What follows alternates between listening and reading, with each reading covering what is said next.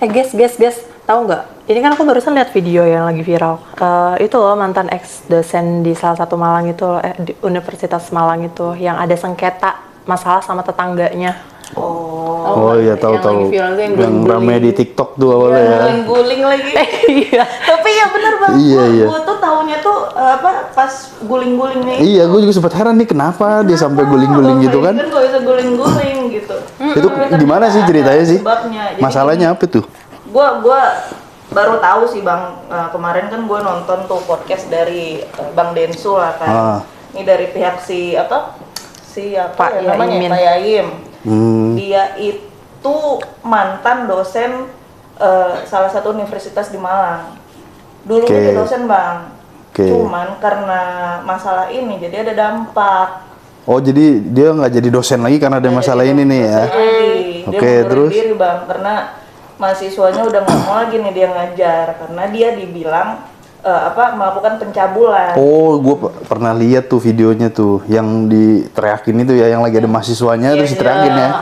Masih mau diajar sama dosen itulah gitu lah ya. Tapi sebenarnya masalah bukan itu Bang, masalahnya itu viral pertamanya itu karena dia ini sebenarnya punya tanah yang sudah bersertifikat.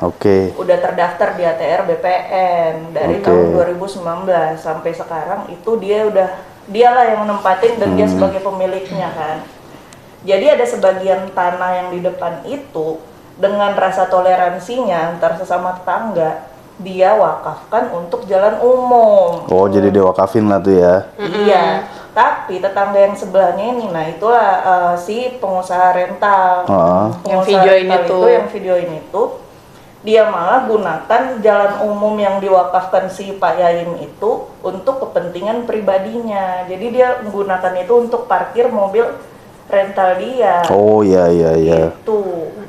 Makanya itu sampai si bapak-bapak itu nutup jalan itu pakai bambu gitu ya, tali ya. Nah, dibatasin sama dia. Mungkin kesalnya kali dia ya. Mungkin kan maksudnya kan dia udah niat baik, gua udah niat baik nih, udah gua kasih sebagian tanah gua buat jalan umum, lu ternyata salah gunain gitu. Makanya dia komplainnya di situ, Bang. Nah, dia sempet ke RT RW tapi nggak digubris gitu, Bang. Nah, itu wakafnya itu secara lisan aja apa gimana itu? Gue nggak tahu ya kalau terkait wakafnya itu lisan atau memang udah secara legalitas kan. Gue nggak tahu kalau terkait itu, tapi kan setahu gue kalau tanah yang udah diwakafkan itu kan sebenarnya kan baik lisan atau apa itu sebenarnya udah nggak hak pribadi dia, betul. Tapi kan peruntukannya itu untuk jalan umum. Kepentingan umum lah. Kalau seandainya tidak sesuai dengan peruntukan, wajar dong dia komplain. Iyalah. Kan? Apalagi misalnya si Pak Yaim itu tadi ternyata wakafnya hanya secara lisan nih, niat pribadi dia aja karena kebijaksanaan dia lah. Terus tiba-tiba ada kejadian seperti ini, kalau dia mau ambil lagi ya nggak ada masalah itu secara hukum tuh. Karena kan kecuali biasanya kan kalau wakaf yang di Indonesia ini itu biasanya setelah dibacakannya ikrar wakaf itu dibuatkanlah tuh aktanya tuh, biasanya berbentuk akta tuh. Nah kalau memang nyatanya dia nggak dituangkan dalam bentuk akta, nggak masalah berarti kalau tanahnya mau diambil lagi kan. Dia mau komplain ya hak dia. Iya. Daripada dimanfaatin sama orang kan. Iya. Dia nggak boleh tinggal di situ lagi loh sama sewarga. Karena warga udah bikin petisi gitu, tahu nggak sih? Yang sampai bikin petisi gitu. Ada ya? yang mau mereka tuh untuk tinggal di situ lagi. Sampai segitu. Cuma karena permasalahan itu ya? Iya. Tapi emang sih, gue juga waktu awal itu kan kalau kita nggak ikutin bener-bener kan, videonya tuh agak agak ambigunya tuh, jadi terlihat seolah-olah si bapak inilah kan, yang terlihat aneh gitu kan, yang terlihat salah. Ya, video-video sepotong. Kadang kan kita ini kurang bijak Bang, apalagi kan banyak orang zaman sekarang tuh media sosial asal upload, langsung ngejudge, langsung komen yang enggak langsung percaya aja. Iya, langsung percaya padahal kan belum tahu tuh gimana. Berarti si aparat desanya tuh, aparat perangkat desanya nggak ini ya? Dia kota ya Malang itu ya berarti ya. Kelurahan lah harusnya tuh biasanya tuh. Sebenarnya sih kelurahan ya. Nggak difasilitasin itu untuk mediasi gitu kan, diselesain. Sebenarnya kan ini nggak rumit-rumit amat lah masalahnya kan. Bukan masalah sengketa juga bukan. Ini kan masalah harmonis loh Bang. Masalah tetangga aja gitu kan. Harmonis loh. Itu si Pak Yaimnya itu sampai beberapa kali ngebantu usaha rentalnya si ibu ini. Harmonis loh, ada videonya mereka makan bersama, mereka ini gitu. Makanya agak kaget aja gitu hanya karena sampai masalah wise lah sampai diviralin gitu ya kan. Sebenarnya kan Lucu aja ya sampai diviralin gitu kan. Sampai rame-rame sekarang nih. kalau terkait RT RW-nya itu gua denger ya dari podcast kemarin itu keterangan dari Pak Yain. Jadi mereka pernah komplain tapi ternyata dibilang sama RT-nya si istrinya atau si Pak Yainnya gue lupa deh atau dua-duanya mereka itu ternyata belum ngurus surat kepindahan, Bang. Jadi itu masih berarti alamatnya masih alamat yang lama ya. Belum alamat yang baru. Nah, itu jadi permasalahannya kan. Nah, karena mereka dikasih tahu belum ngurus surat kepindahan, mereka langsung dong inisiatif nih, ya udah kita urus gitu kan. Nah, namanya surat kepindahan itu kan pasti mungkin ada syarat administrasinya, harus ada surat pengantar dari RT untuk diurus ke Dukcapil kan. Surat pengantar dari RT mereka butuh tanda tangan nih sama RT-nya, Bang. Betul. Tapi selama beberapa hari itu RT nggak bisa ditemuin, gue nggak tahu entah hilang entah kemana atau sengaja lah kali Ada aja ada aja alasannya gitu. Nah, suatu saat si Pak Yaim ini nunggu nih si RT di tempat di musola yang biasanya si RT-nya sholat.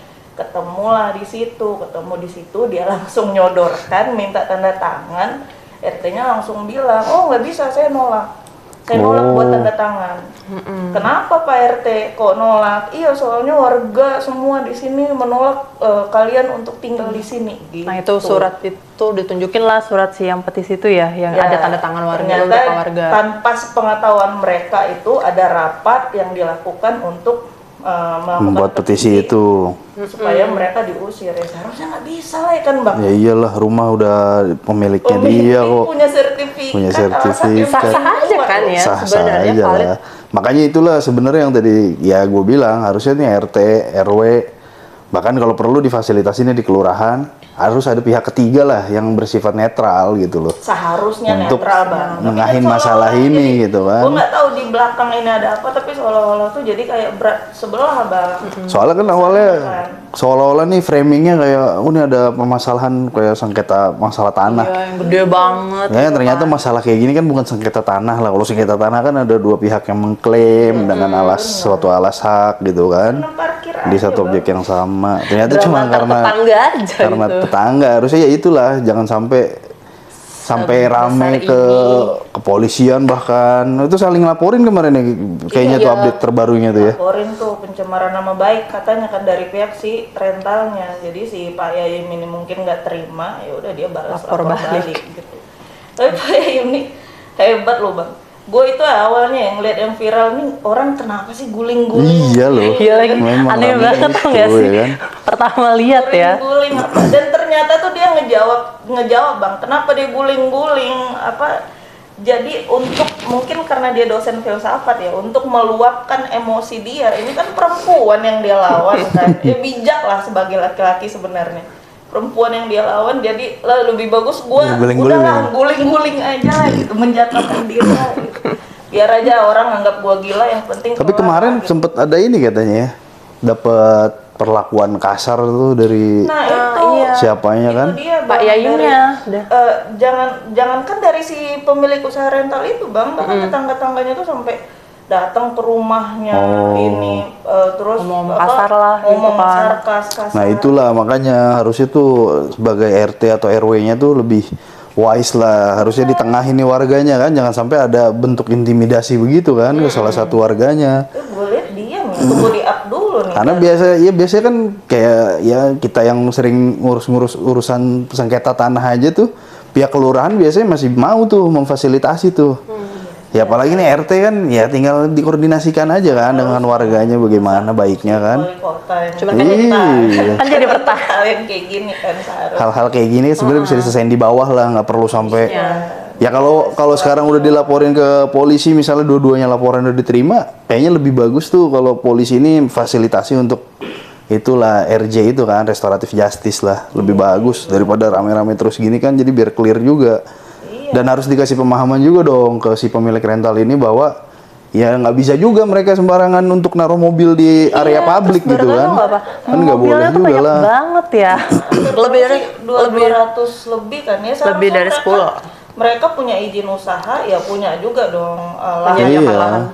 Karena kan kalau sampai mengganggu fasilitas jalan atau merubah fungsi jalan aja itu udah kena pelanggaran undang-undang kan lalu lintas. kan. Itu kan ada sanksi dendanya juga tuh walaupun kurungannya sih ringan lah 1 bulan. Iya, tapi kan Paling nggak kan berarti ada larangan juga gitu kan, kan. istilahnya Betul, berarti kan perbuatannya dia langgar lah gitu kan.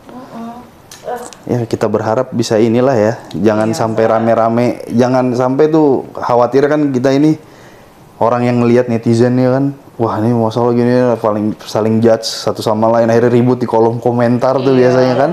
Iya, Nah cerdas-cerdas nanti kan. Mereka bisa mikir dampak ke depannya lah, apalagi kan pengusaha rental Iya, dia punya bisnis bang. asal posting aja kan. Asal posting. Gua udah lihat Nyari Bang, pembenaran ini, gua nggak gitu tahu kan. benar enggaknya ya, tapi Kasian gua lihat juga itu lah. di Google itu bintangnya jadi 1 loh bang. Mungkin netizen jadi ini ya, power of gara-gara netizen ngeliat ya. banyak videonya kan, udah dia keluar seharusnya videonya. mikir, apalagi dia punya anak kecil kan. Kan jadi dampaknya balik juga ke diri dia sendiri ya kalau kayak gitu ya. Ya mudah-mudahan buat pelajaran juga lah yang lain kan. Jadi kedepannya kalau mau melakukan sesuatu harus lebih wise, jangan apa-apa tuh diposting di sosmed gitu kan. Gunakan sosmed sesuai dengan Kalau lebih baik sih kalau menurut gue tuh ya di Indonesia ini kan budaya kita memang musyawarah ya. Jadi lebih bagus tuh sebenarnya dimusyawarahin aja tuh hal-hal kecil kayak gitu kan. Iya. Daripada sampai rame-rame begini jadinya malu sendiri gitu kan. Sendiri jadinya kan. Lebih baik clearin aja lah gitu. Iya benar ya. Saran gue juga nih buat si Pak Yainya jangan diam aja lah. Gue sebenarnya kesel bang, Iya. asli gue kesel banget ngeliatnya gitu. Maksudnya lu punya rumah, lu punya kepemilikan yang kuat, lu mau aja diusir gitu loh bang. Mungkin udah malas ribut kali Iya, dia, udah capek. tua kan. Apalagi cewek kan ributnya. Masalahnya itu banyak yang nginin dia gitu. Lu diintimidasi, lu ngapain diam aja, lu bisa ngelaporin. Iya tapi terakhir udah dilaporin kan tuh. Memang kan. Iya, dia ngelaporin karena dia dilaporin pencemaran nama baik. Untuk Dia meng-counter ngebalasnya ya. Itu bang, counternya gitu. Lu jangan, gue tuh pas di Bang Densu tuh dia dibilang, apa Pak yang diinginkan ya? Saya pengen damai, saya pengen bertetangga yang baik. Kalau gua mah nggak bakalan mau bang tetanggaan sama yang kayak gitu asli. Ya kan Toxic dia banget. usianya udah tua, terus mungkin dia kan Pak Kiai kan kebanyakan panggilannya kan. Yang wise, Lebih yang tahu tenang, agama kali, gitu-gitu. nggak mau ribut-ribut ya Tahu kan. nggak yang dibilang cabul itu kenapa? Karena dia pakai boxer doang Karena kan. dia pakai boxer. Oh Bang. iya, Gara-gara gara-gara itu dicuci. doang. Karena pakai boxer, dia logikanya aja lah. Ini si pemilik ceritanya ya, cerita dari pihak si Pak Kiainya ini, si pemilik rental, si ibu ini datang ke rumah si Pak Yaim. Pak Yaim dengan alasan dengan untuk alasan ngantar makanan sama mau nyuapin anaknya anak makan ya. makan. Anaknya makan, tapi dia ngunci tuh pintu bang. Mau ngapain coba? Mau ngapain dikunci kata Pak Yaimnya kan nggak ada orang. Alasannya cuma Saya kayak, umroh, iya iya. supaya anak saya nggak keluar. Iya, lucu banget alasannya. Karena dia nggak enak, dia naik dong ke lantai 3, nyuci kan dia. Mungkin dalam keadaan biasa dia pakai boxer, pakai boxer gitu kan. Namanya nyuci kan masa pakai celana jeans ya, nggak lucu. Sarung kan dia Iya. Sarung kan lucu banget. Mungkin lah. Nah, masalahnya sih ibu itu ngedatengin bang ke lantai 3, dia langsung teriak, itu Pak Yaimnya cabul. Tapi ngapain juga dia naik Iya, sampai ke lantai makanya. 3 di rumah orang gitu loh. Inisiatifnya Kalau emang bener ya, tinggi kalau emang banget. benar kejadiannya kayak gitu, Anjay. tuh nggak make sense aja gitu Iya, loh. makanya menurut Di gua rumah kan orang seolah-olah nih. kayak dibuat-buat seolah-olah ya. Iya. Makanya itu kalau misalnya ceritanya kayak gitu, wah. Tapi memang itulah karena Pak Yainya ini mungkin karena nggak ada CCTV di rumahnya, jadi itulah mereka juga berat juga, sulit juga untuk counternya kan. Kalau ada CCTV kan jadi ada bukti valid Iya, kan yang bisa betul. dijadiin. Itulah sebenarnya pentingnya tuh kalau ada kejadian apa-apa yang memang potensi konfliknya tinggi sih lebih bagus. Ya kita entah rekam suara atau videoin, itu kan untuk sebagai bukti digital aja lah gitu kan. Jangan sampai nanti udah habis cekcok begini giliran kita mau laporin, kita bingung, nggak ada saksi, nggak ada bukti kan. Paling itu jadi bukti lah nantinya adanya perbuatan itu gitu loh. Nah, aja lah buat pelajaran buat kita semua lah. Jadinya nanti ke depannya kan banyak pelajaran yang bisa diambil lah. Iya, Iya, apalagi dalam bermedia sosial yang memang harus bijak-bijak lah, mau upload, mau mengupload sembarangan lah ya. Iya. mau mengupload, mau menerima berita pun yang harus benar-benar Jangan gampang dilihat, percaya. dicari dulu betul atau enggaknya. Benar. Oke Karena kan lah. sekarang tuh banyak sepotong dua potong doang kan. Iya, video kamu. Iya nggak full loh. Orang gue pertama lihat ini yang masih sama mahasiswanya kan. Masih mau kalian disuruh sama dosen itu kan. Wih parah juga nih gue bilang gue jadi dosen cabul ya kan. Aneh juga. Ya itulah, Kan kasihan jadi Bang, berdampak dampaknya ke negatif. kerjaan dia. Iya loh ternyata sampai dia keluar ya. Maksudnya dia mundur walaupun dia mengundurkan diri lah ya. Karena menurut dia memang dampaknya seburuk itu sampai mahasiswanya udah nggak ada lagi. Oh iyalah, apalagi dosen itu kan istilahnya marwahnya dia sebagai dosen pun jadinya tercoreng lah gitu. Tapi sih sebagai mahasiswa ya seharusnya juga bisa berpikir ya Bang. Maksudnya tuh, kok gue nggak tahu lah gitu. Kok bisa gitu, langsung percaya aja dengan hal yang kayak gitu. Ya udahlah, Gitu Iya. aja. semoga Semoga cepat aja. selesai lah. Semoga cepat selesai lah masalah ini. Dan ya itulah perangkat desanya atau perangkat kelurahan lah ya kalau kota itu biasanya. Harusnya bisa lah dari RW RT-nya itu untuk menyelesaikan di bawah, jangan sampai rame-rame di atas kan jadinya ya seolah-olah kan buat apa ada RT RW gitu loh kalau nggak bisa menyelesaikan masalah di bawah gitu kan. Apalagi sampai lapor-lapor polisi begini kan masalah sebenarnya bisa diselesaikan secara musyawarah aja. Betul, semoga bisa selesai. Oke, kalau Oke, gitu. kalau gitu see you on next video. Kita pamit dulu. Kita pamit undur diri. Bye. Kalau ada mau komen-komen ataupun mau rekomendasi mau bahas apa lagi boleh banget. Atau ada yang mau ditanyakan nanti biar langsung dijawab sama Kakak Dinda. Dan Kak Noval dan Kak Fitri. Sekian, terima kasih. Bye. Bye. Thank you.